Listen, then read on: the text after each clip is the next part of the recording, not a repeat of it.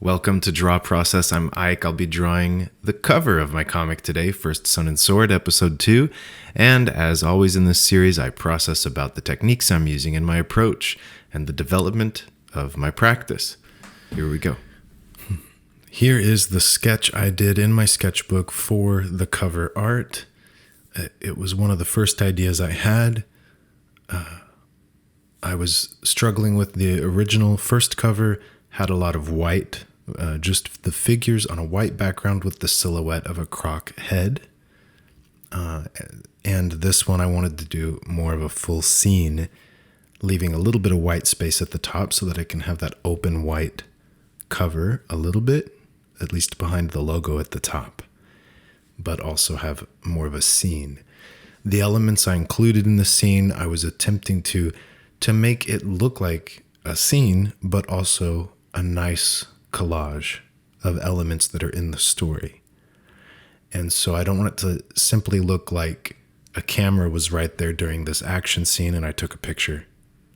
I want the positioning of the buildings on the side, the spears, sword in the foreground, the palace in the background. I want these elements arranged in a fabricated way, but that somewhat feels realistic. Like it looks like a scene, but it's obviously fabricated and warped to convey meaning, almost like a weird, set on in a play. So there's this kind of marriage between design and conveying a real scene. With that solid sketch, things go pretty quickly here, but I don't draw covers very often. This is over a year in the making, each of these episodes, because I do one page a week. So it's not very often I do a cover, and it's going to be seen a lot. So I do let myself put a little more time in, a little more care with the positioning of things and the look of things. So you'll notice in this video that I'm going to go over the pencils, erase more often, add a layer of pencils more carefully than I might normally do. There is a risk in that. I notice that when I do that, I can lose some of the life of a really dynamic figure that's drawn quickly versus one that's carefully constructed.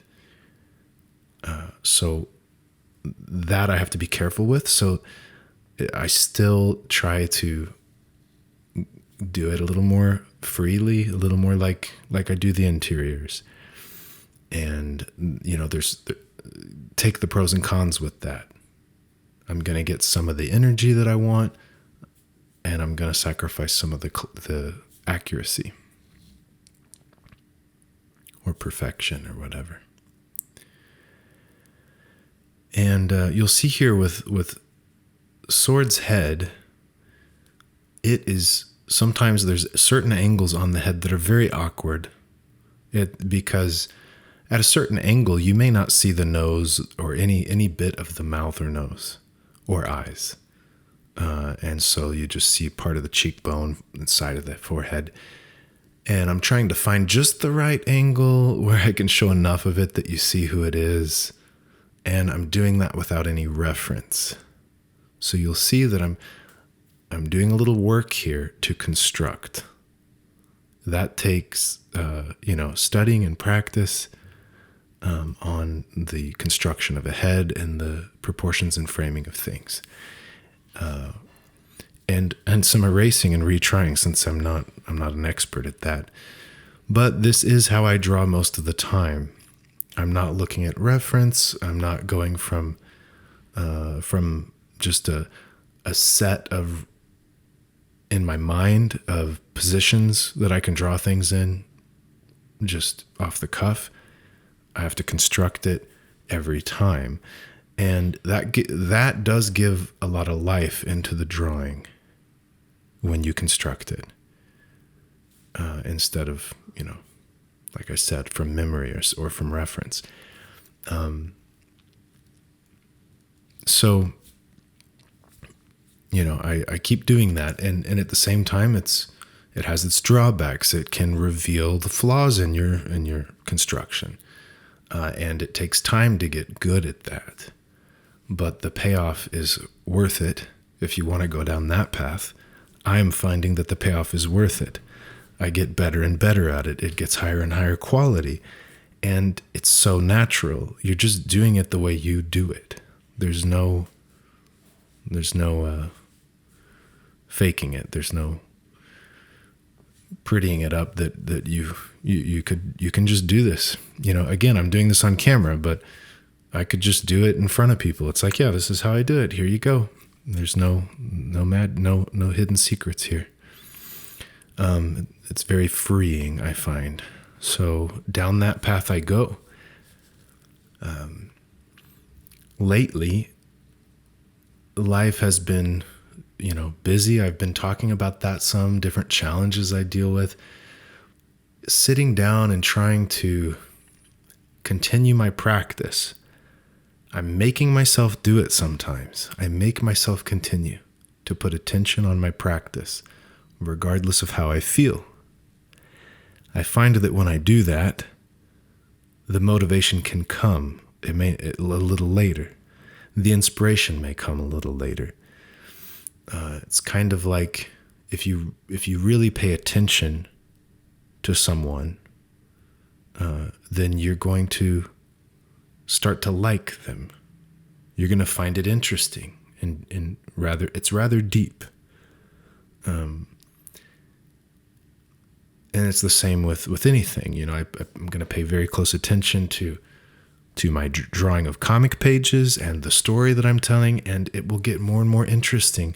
And I'll find inspiration and be moved by it the way that I want to, because that's what I love the most is drawing, conveying story, communicating through gestures, through quick movements of my hand on the paper that just really convey life, vitality.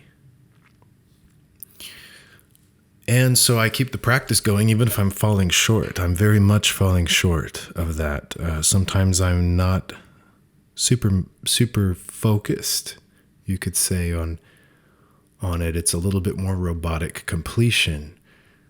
But I maintain the practice and the goal of what I'm trying to do. I keep remembering the way I want to be doing this. And I'm trying to set my life up and my brain and my mindset up to accomplish that, to get closer to it. And and sometimes I'm surprised that I'm getting closer to it. This last page I drew, the one right after this cover that I'm doing here, I've done one more page since I did this cover maybe a week ago. And I thought it looked kind of too loose, too rough. Like I went with rough pencils and went straight to inks, and it just felt a little bit procedural, you could say, in the completion of it. And then pretty loose there were a lot of figures in it, and I thought they're kind of loosely drawn and sketchy. And I'm like, maybe I'm going too far. Maybe I'm letting go too much. And I'm like, no, I just need to let go more. If I just go further with it, there's something good about this movement. Let's keep going. And I still have that, and that's that dream that I'm pursuing, that beautiful thing, that ideal. And I'm gonna keep trying to move towards that. And definitely I'm definitely nowhere near giving up on it. Yeah, it's weird because I can look at my art and see how it's getting better. Even when I see it improving, I'm just like, yeah, maybe it looks better, but I'm not necessarily doing it better. It can look better, but actually have less vitality, convey less interesting meaning. So Yeah, it's funny how, sometimes I'm getting better, doing better, but I feel, like even that is, to me is like, oh, I'm going the wrong direction. What a waste of time. I spent this time getting better at something that's not the thing I should be working on. That's what it'll feel like sometimes. But oh well, that's one step closer, paying attention and realizing that adjustment that is needed to maintain my orientation towards my goal. In some sense, the worst thing that could happen to me is success. If I had gotten success, whatever that means, but if I had felt like super praised and successful in my earlier style a few years back, or 5 years back or something, then what if I just kept doing that? And I gave up on my orientation towards the real value I have, the real inspiration. My work might get worse and worse.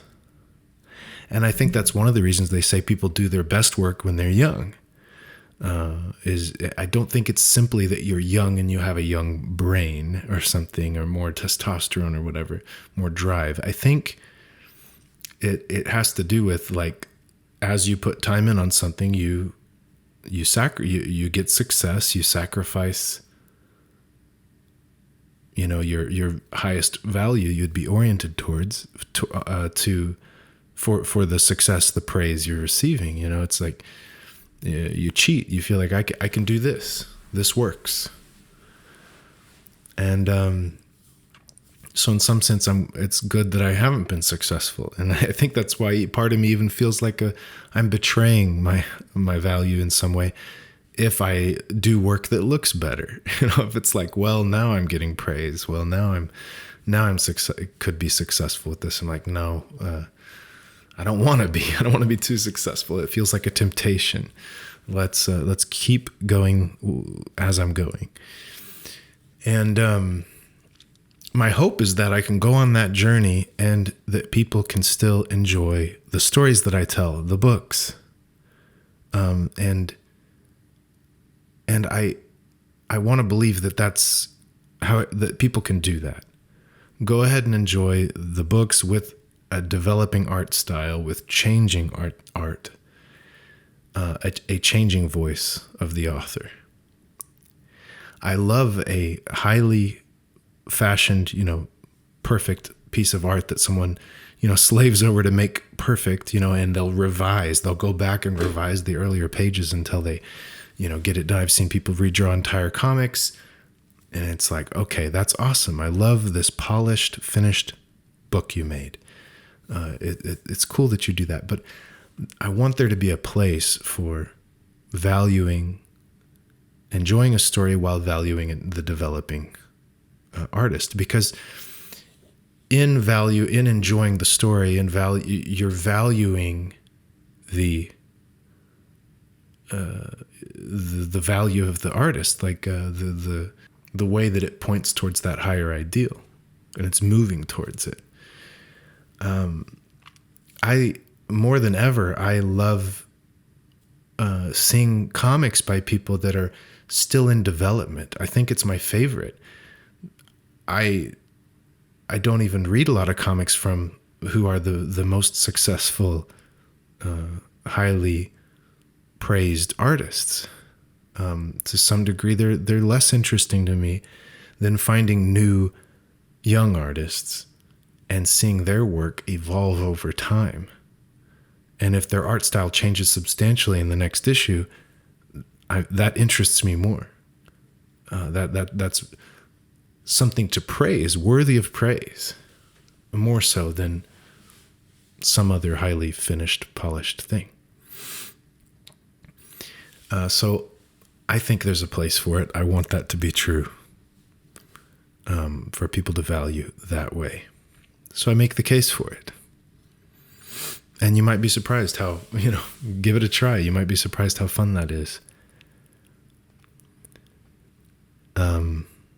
And I think it's the best thing we got. I mean, to go all in on art and stories and practices of humans and not based off of polish or finished quality even, because that finished attainment of a high quality is, we're getting closer and closer to AI being able to mimic that.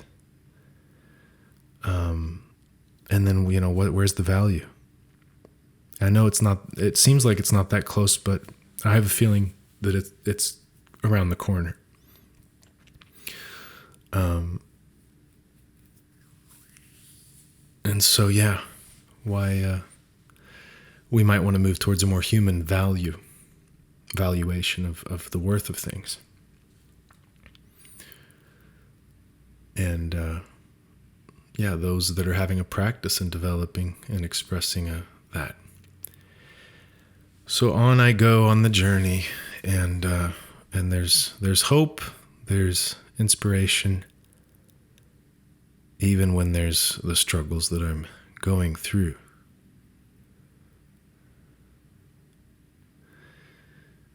And, maybe part of it is it's winter, so things are slowing down in a sense, and that might be part of why I turn inward, or just feel, the restful slowing of things coming in, making me reflect and so on.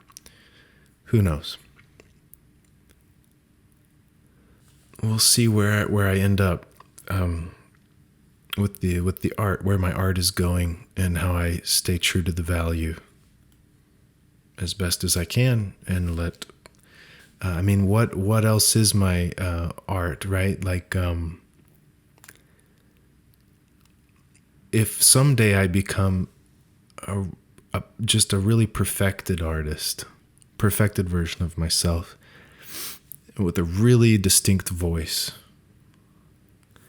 then someone will be able to look back at all of these videos, look back at all of my prior work, and say, it all made sense.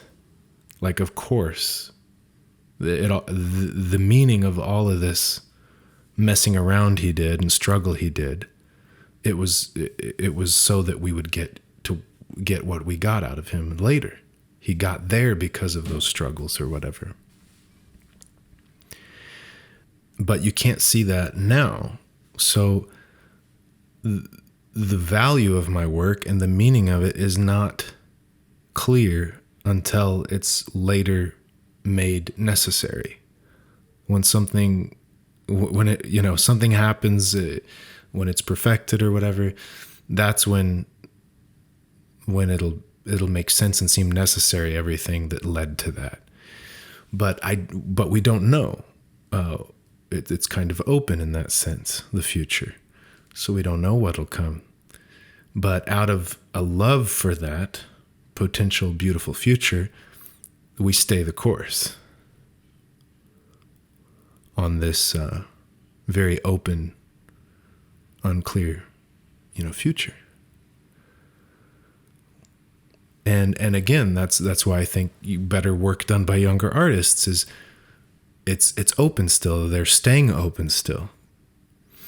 And if you can do that into old age, you're going to continue to develop and change.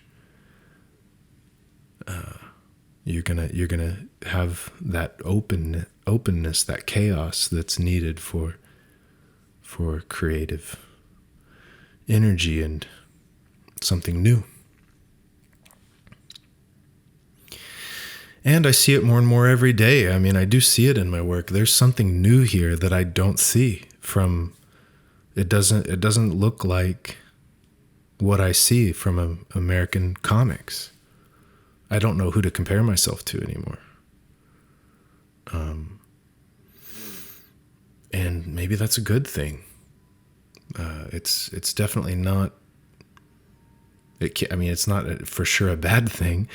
And my changes have not been taking more time. It doesn't really take me, it's not like I'm spending lots of energy and time to just get to this point.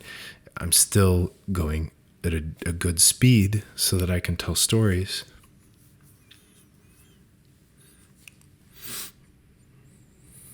So I'm not going down a path that leads me to a dead end, because that's one thing, is it's kind of a dead end. If I go down a path that leads to spending 10, 16 hours a page, that is kind of a dead end for me, because even if I was paid to do it, I don't want to do it. That's too much time per page on a story that I want to tell. I enjoy telling it quickly and freely, and it's not going to happen in that fashion.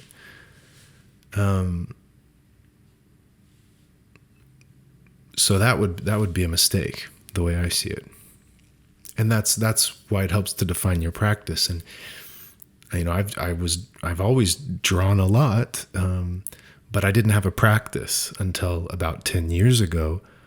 At 28, 29 years old, I started taking seriously making comic books and doing art for that purpose. It allowed me to get focused down a path and put time in and effort in towards development with the clear path, the clear goal in mind. And before that, I never found it. Weird how I'm talking about needing an openness towards the future, but also needing a disciplined path. It's strange that you would need both, because they seem to go against each other. But maybe you do. If I'm completely, open to just trying all kinds of different art mediums and so on, and for different purposes, and then I used to be that way, and it led nowhere in a sense, because I didn't put in the discipline. I didn't put in the work to develop. I didn't put in the time and energy. Maybe I'm making a video game at one point, making a card game, just whatever suits my fancy. And but then I would spend periods of time doing nothing like that. And it's not developing. It's not spending yourself, really, really investing or spending your energies. And to me, that's a really important part of it. In a sense, it's one way of putting it is you got to spend your blood. You got to spend your blood, sweat, and tears on something, or you're doing nothing. And so you start to do that, and you'll realize you're going to learn a lot when you start to do that. About what is your practice? What do you want to do? Even just determining what it is you want to do, and if you're not really spending your life energy, your blood, sweat, and tears on something, on anything, then you're too open. You're just sitting there from an inactive place saying, what should I do? It's like, well, it could be anything. How do I choose? Versus committing and really, really making your attempt, really saying what it is you think or feel. Really doing something, and then, a path starts to become evident. I hope you find that helpful. I think it's interesting that when someone really struggles to put words to their experience, what they're trying to convey, it starts to become kind of about the metaphysical or something. And it starts to make no sense to anyone except the people that can relate. Like those that are on a similar journey, have figured out some similar things, they're going to hear what I'm saying and go, yeah, I know what you're trying to say. I get it. Even though I'm just stumbling over my words. That's fun. That I guess that's who I'm talking to. Yeah, wild.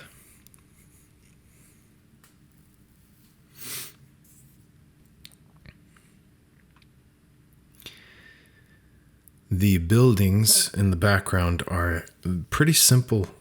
There's just a few lines, kind of boxes and a few different roof shapes and, windows, just a few different things I do.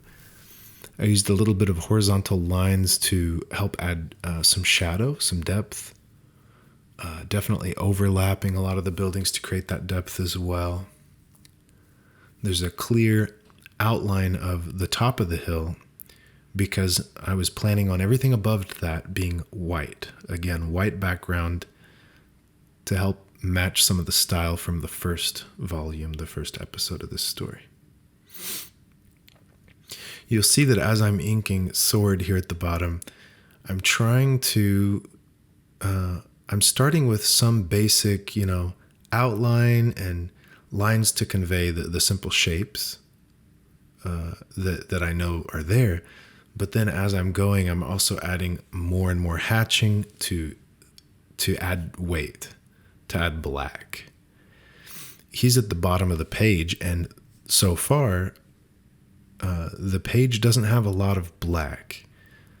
And because he's in the foreground, unless I use something with the color or value changes in the digital process, I want him to pop off of off of Sun and Farah in the center of the page above him. So I'm adding more black to him, making him much heavier so that he, the bottom of the page will also feel heavier. It'll make a nice composition with weight at the bottom. And it'll separate him from the mid-ground main focus there. And I do that with the colors too. I make him a lot more orange, a lot more warm to separate him. But I add in some hatching, and then I go back and add more until I get the right amount of weight.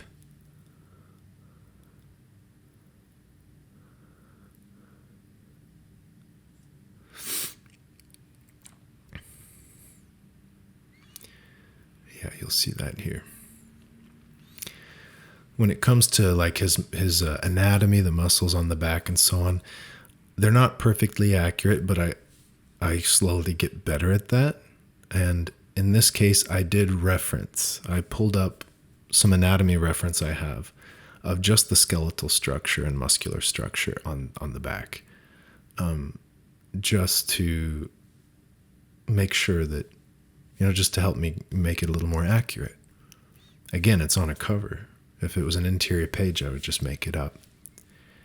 And even then, I did not have a reference that from this angle, in this fashion. I'm just using what knowledge I have of the way that the shoulder blade's going to come forward and expose some of those other muscles between the traps and the shoulder blade there, and all that stuff. Now I have the Pentel Pocket brush. Those have refillable cartridges. It flows easily and dries quickly. And I'm going in and adding more blacks to add more weight to things and make sure that I like it, that I like the overall finished, balanced art. And you'll see I'm adding a lot more black onto him to really help him pop off of the background. To the point that I think I added too much black. I started to his arm is too much in shadow, and I'll go in I think I went in with some whiteout and corrected that a bit.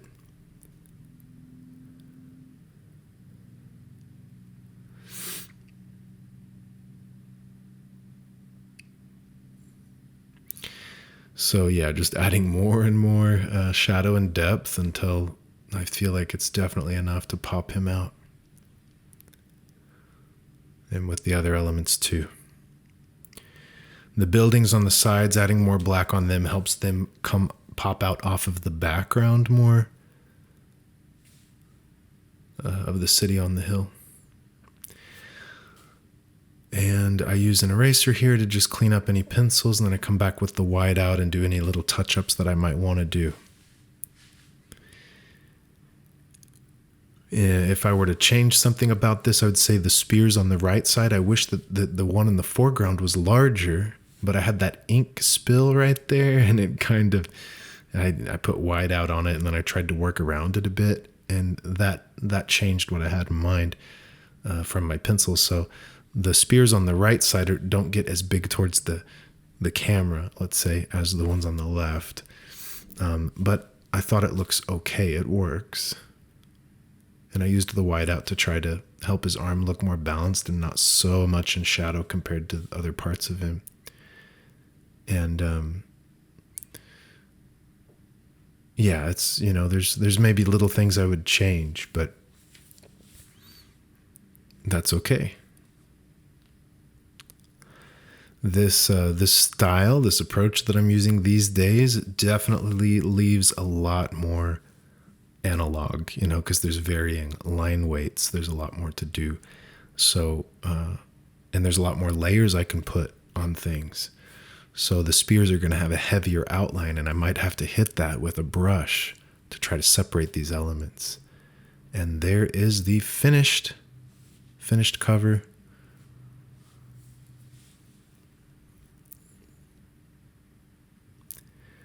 Yes, in all of its glory. The clever kaiju logo on there to help represent the community that helps support me. And there's the title of the book, which I hadn't announced yet, Safe Harbor, which they don't find any.